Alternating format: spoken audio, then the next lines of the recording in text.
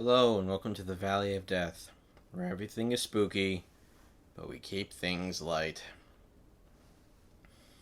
Things are not so light for me today, though. I mean, after watching I would argue two subpar remakes to the Universal Monsters, and then one god-awful remake that was supposed to start a giant cinematic universe of its classic monsters, just completely destroyed any hopes of that universe, coming into play.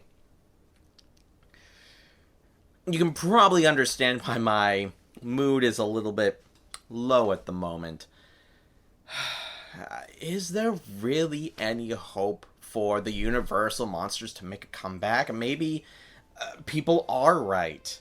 I mentioned this in my Wolfman review, that a lot of people think that the Universal Monsters are outdated. No one is scared of mummies, vampires, werewolves, or anything like that anymore because they're just monsters. And even if some of the older Universal Monsters are not necessarily scary, they at least still brought unique ideas to film. You get nothing with any of these modern monsters. Okay, I believe there's one more remake of a Universal Monster that's left, and which one's that again? Let me help you. You can't help me.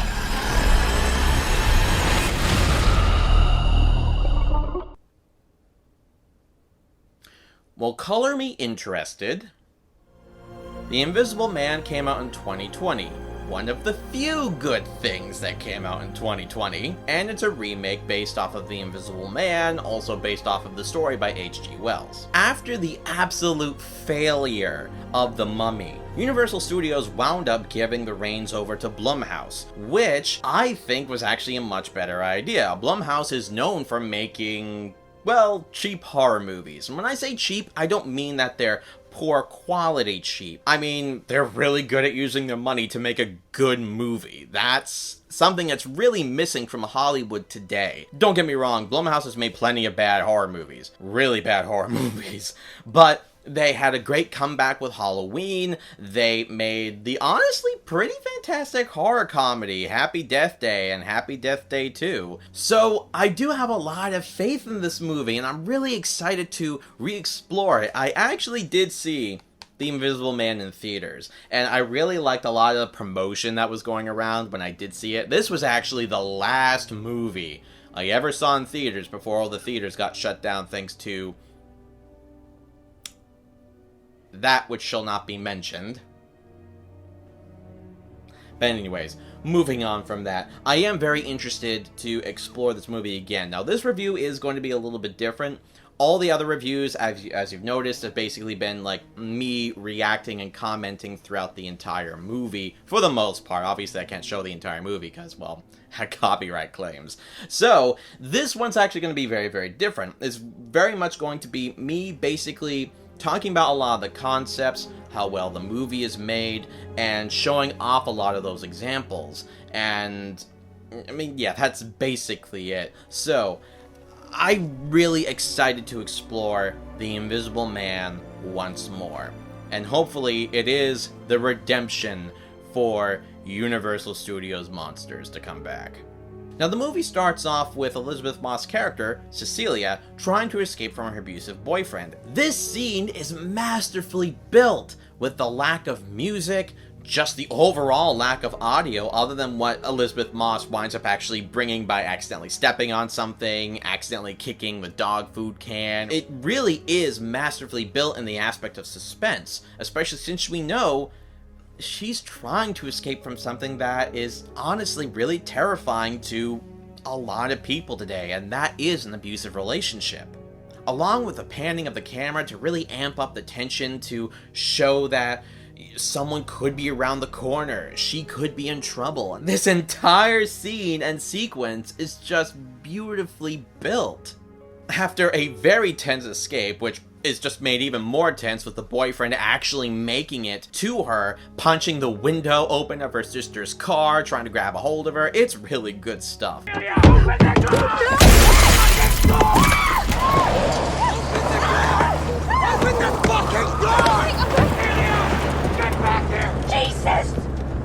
None of the other Universal monsters were scary in any way. They were just simply just monster flicks. And I don't have any problem with that. I love monster flicks. I love them to death. But you still need to make them scary, especially since the original Universal monsters were, well, grand and scary. None of these other remakes were able to get that. This movie really gets the aspect of being terrifying and updating at the same time, and this is just the flipping opening. Wait till we get to more of this bloody movie! Eventually, Cecilia's sister does meet up with her again after weeks of no communication, of just staying put in this one house, just so her ex-boyfriend, also known as Adrian, doesn't find her, doesn't find any sign of her. She is that terrified and needs to be away from him. It is honestly props to Elizabeth Moss for putting on this performance for Cecilia. She does such a fantastic job of really conveying the absolute terror and anxiety of escaping from an abusive relationship. She just does such a magnificent job throughout the entirety of this movie. Cecilia's sister winds up bringing the news that Adrian killed himself. Once again, I cannot praise Elizabeth Moss more than I can through her performance. She does such a darn good job. And eventually she does reveal to her sister and to her cop friend James, played by Aldous Hodge, about all the things that Adrian did to her. And it's honestly very heartbreaking that there are people like that who would do this kind of stuff to anybody. And although we haven't really met Adrian much in this movie, we can obviously guess just from the beginning and from what Cecilia is saying, we can definitely tell that, well, he's a monster. He's a monster. Something that's sorely missing from these Universal monster movies. If he didn't like what he assumed, I was thinking he would... He'd what? He would hit you? Amongst other things. Cecilia eventually gets a mysterious letter from Adrian's lawyer stating that she is, in a manner of speaking, the sole heir to a lot of his wealth. She's happy, she's finally rid of him, and yeah, she's even getting a little bit of money, and she can even help some of her friends out by trying to send James' daughter to college. Like, these are legitimately, like, heartwarming things of the recovery from an abuse victim. And then, in comes the Invisible Man. Something I'm going to give a lot of props to the filmmakers of this movie is, well, the Invisible Man is actually a character. You might find that statement a little bit weird, but a lot of people would probably just be like, okay, well, let's just go ahead and film something like this. You can't see the Invisible Man anyway, so I guess people will just assume that he's, well, around here somewhere or something like that. But something that the filmmakers were able to do with the Invisible Man is to show you he's there. He is watching Cecilia. He is watching all of these characters, and he is in the room with you right now. That's the beautiful thing about all of the cinematography. When you're watching this, the camera is always going down hallways. It's sometimes lingering like a little bit behind Cecilia. Sometimes it's just lingering in a room with no one in there. And the reason why is because we're showing, no, the Invisible Man is there. You are watching him. You might not be able to see him, but he is there. And eventually, the Invisible Man does start getting up to some shenanigans with Cecilia. He winds up following her. She feels like there's someone there. And on top of that, he's also doing all these crazy things to kind of show that she might be crazy. By stepping on blankets while she's trying to go ahead and move them. By lighting her breakfast on fire. And just a whole bunch of other stuff. And then it comes to the point where Adrian is actually trying to drive her crazy, because one of the stipulants to being able to go ahead and keep the money that Adrian is giving her is that she can't perform any major crimes, and she also has to be mentally stable in order to keep the money. And this is actually just one of the things that's honestly just a major stress throughout this entire movie. Will she be able to go ahead and keep the money while also keeping her friends? And even though the concept of the Invisible Man might be a little bit heavy-handed in this movie, it still works well to its advantage of really trying to show that this is what abuse victims go through. This is the crap that a lot of people have to go through after years of torture from their significant other, and that is a really, really sad thing. And it is wonderful that the filmmakers were actually able to do this with a fictional monster, and really trying to show the realities of abuse victims through this fictional monster. And that's why this movie succeeds in becoming a great updated, well, universal monster. It even eventually comes to the point where he's even driving her friends away by literally punching little girls. It is literally insane, just the depths that this guy is willing to go through to drive people away from her.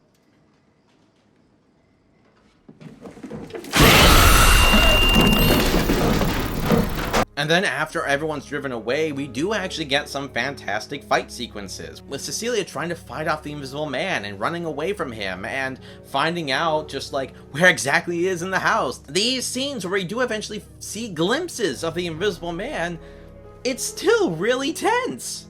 And eventually she does wind up finding evidence that the Invisible Man is real, that Adrian is still alive, and that you've had this mechanical suit, which I think is actually a pretty decent update to the original Invisible Man as well, relying more on technology, more so than on chemical science, because, well, as far as I know, there's absolutely no chemical science to make you invisible, but at least in this regard, it shows a lot more of a plausible science to how someone could become invisible. And then honestly, we see one of the most shocking scenes in this movie, where the Invisible Man actually does kill somebody in the open, and then is able to blame it on Cecilia. What? And what's worse is that he actually kills her sister. And I would argue she's almost vilified. She almost looks like the villain in this case, where people are literally looking at her like, you're crazy. You smacked my daughter. You killed your sister. You're doing all of these things, and are you sure that Adrian was the bad one? Are you sure that maybe you're just not the crazy one? Especially after all of this. And then we find out arguably the ultimate revenge against Cecilia by Adrian, and that's the fact that, as it turns out, she is actually pregnant with his child. And on top of that, she is also given the chance to live a free life again by going back to Adrian. Of course, she only has one means of escape, and that's really to draw the Invisible Man out. You won't get the baby. There you are. This movie has been amazing so far, and I cannot give it enough praise. I mean, it would be kinda nice to see if there was, well, a monster rampage scene. I mean, heck, the original Invisible Man had a really darn good rampage scene. And I would argue that his rampage scenes were almost better than a lot of the other Universal monsters. The thing is that with a movie that's a little bit more, I guess, subtle in its delivery when it comes to its scares and everything, I don't think we would get a monster rampage scene in this movie. Right there!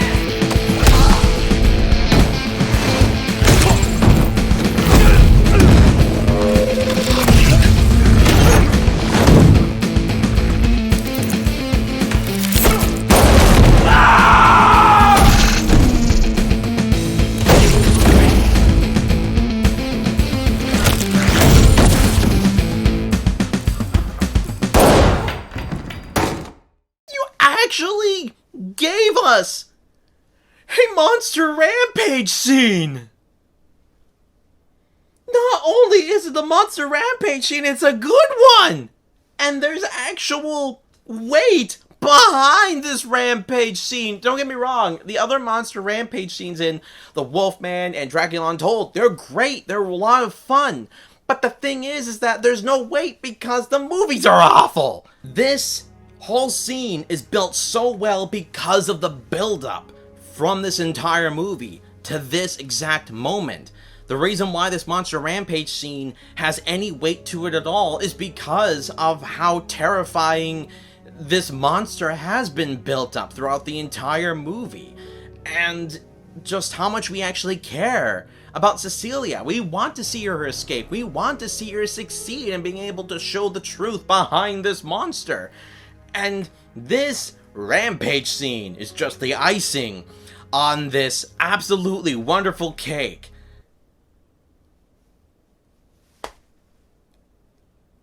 I have no more words.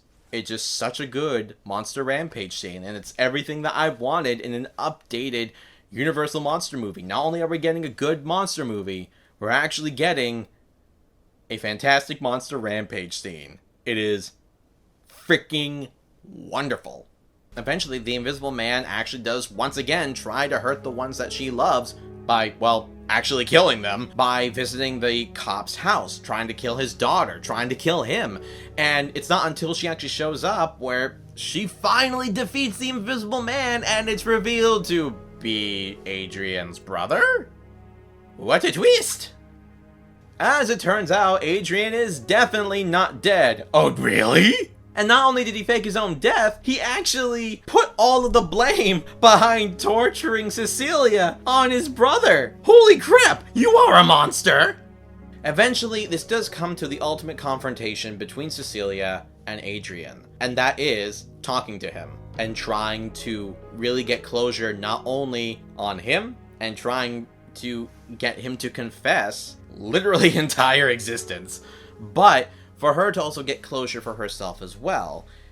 And I would argue this is actually one of the toughest scenes to really endure. These are times when the victim really does stand before their abuser and just tells them, look, if you do truly love me, admit what you have done. And this scene is just so heartbreaking because you can tell all of the pain that she's going through, and he's dodging literally every single accusation against him. And in a manner, yeah, he's still blaming his brother for the whole thing, but he's also still putting a lot of the blame back right onto her.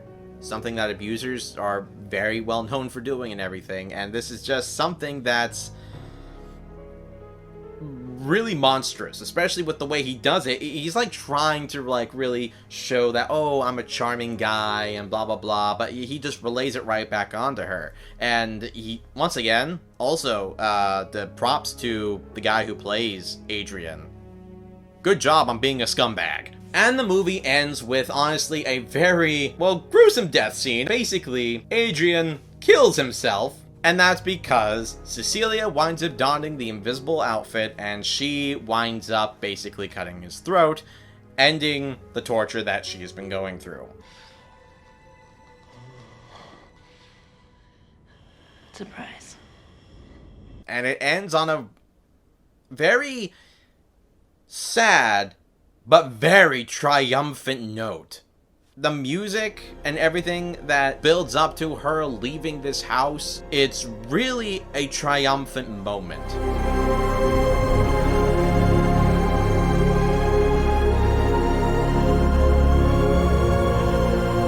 And that's The Invisible Man, a triumphant return for the Universal monsters. And I couldn't ask for a better movie. The Invisible Man has never been like my top favorite Universal monster, but after this movie, I would have to say, depending on how things go with the other monsters, this is probably going to be my favorite remake of the Universal monsters. It is breathtakingly gorgeous how well this horror movie turned out. It's relevant, and it has honestly a pretty decent message of be more thoughtful, helpful, and kind to victims of domestic abuse. This is something that not a lot of movies get right, never mind horror movies, and the fact that this horror movie got it really so right on so many levels is really awe-inspiring. It's great. This is a triumphant return, because if there's anything that I have stated throughout all of these movies is that the monsters always stood as a symbol for something. And that is something that has been missing from all of the remakes. These monsters are just shallow monsters. They're nothing more than that. With the Invisible Man's return, and the fact that he is actually a symbol of domestic abuse is honestly, I think, an incredibly clever way of bringing this monster back into the modern era. Some people might not necessarily like this movie, which is really quite a shame, because I think it really is a magnificent, not just a magnificent movie, but just a magnificent horror movie. A magnificent return to the Universal monsters. Am I amping this up a little bit? Oh, 100%. I think it's fantastic. But I really do think that you guys should really take a look and watch this movie. It is really, really incredible. And because of the success of this movie, of it being a critical hit and even a financial hit, we are going to get more Universal monsters. The Invisible Man is actually getting a sequel with The Invisible Woman. And that's something I'm actually really excited to go ahead and see. The other movie that's also getting a remake is, once again, The Wolfman, who is my favorite Universal monster. So I'm really hoping that, well, this time around, they actually do the character justice. So, yeah, we can only hope. But I can say this much. With how good The Invisible Man is, I can tell that it's in the right hands now. Even though I do hope that this does lead to some monster cinematic universe in some way or another, or at least have the movies tie in together in some manner of speaking. But I can definitely say this, after the crap that was The Mummy, I didn't see this coming at all. The Universal monsters are back, and they are scary as they could ever be. Oh man, I'm in a much better mood after watching this movie, to be completely honest. I am just so excited to continue this Halloween-a-thon. And now that we're done with these, well, smaller monsters, it's time to really get up to the big leagues of a monster who is King of the Monsters.